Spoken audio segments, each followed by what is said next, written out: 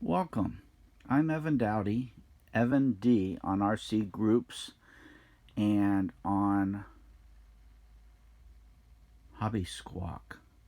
I'd like to talk a little bit about the new FreeWing Gripen. And as you can see, my Gripen has been repainted into Uruguayan fantasy scheme because Uruguay doesn't have any Gripens. I grew up in Uruguay, so I wanted something in a little bit different markings, and I did it with the fantasy scheme of what would be Uruguay. But with that said, this is my Gripen. It's been repainted, so my weights may be a little bit different than yours. I've also got a little bit different setup in my battery tray with my receiver back under the battery tray. I have a satellite up in the front nose.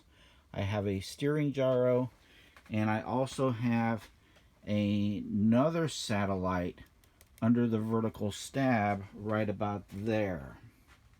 Okay, the Gripen is a 1/9 scale aircraft. It's 882 millimeter wingspan, 1613 millimeters long, so it's a very large 80 millimeter aircraft. The book weight is 2,350 grams without a battery, and mine is maybe a little bit heavier because of the paint. They recommend a 4,000 to 5,200 LiPo 6S.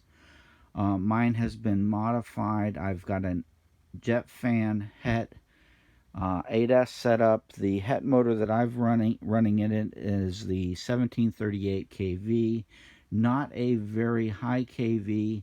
It's something that gives me 98 amps and 2,800 watts. Not unlimited vertical. If I wanted true unlimited vertical, I'd have to go to the higher kV Het motor. As it comes out of the box, it does not have thrust vectoring. Thrust vectoring is a add-on, and I'll talk about that in a little bit. System idle. Whoops. And to get it to balance with the batteries that I was using, I had to use 80 grams of lead in the tail. But again, I've got a different fan, motor, ESC, and the paint, which will change things. The book balance is kind of confusing. The initial books came out with 122 balance point, 102 millimeter aft of the wing root, which is not where the wing bolts on, but where the molded wing root is. But the nice thing is they gave you a molded mark under the wing to go by.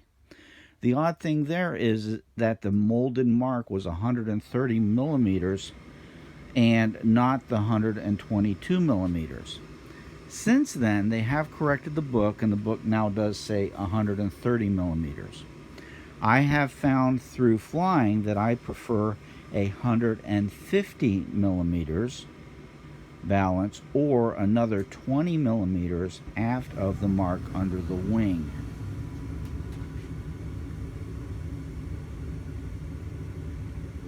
So that's my overview of the airplane.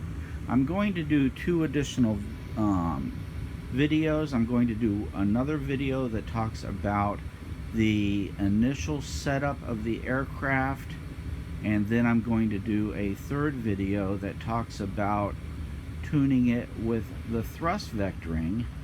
And I do have thrust vectoring on the back of mine, which, if you notice, is not what the book picture looks like for the thrust vectoring.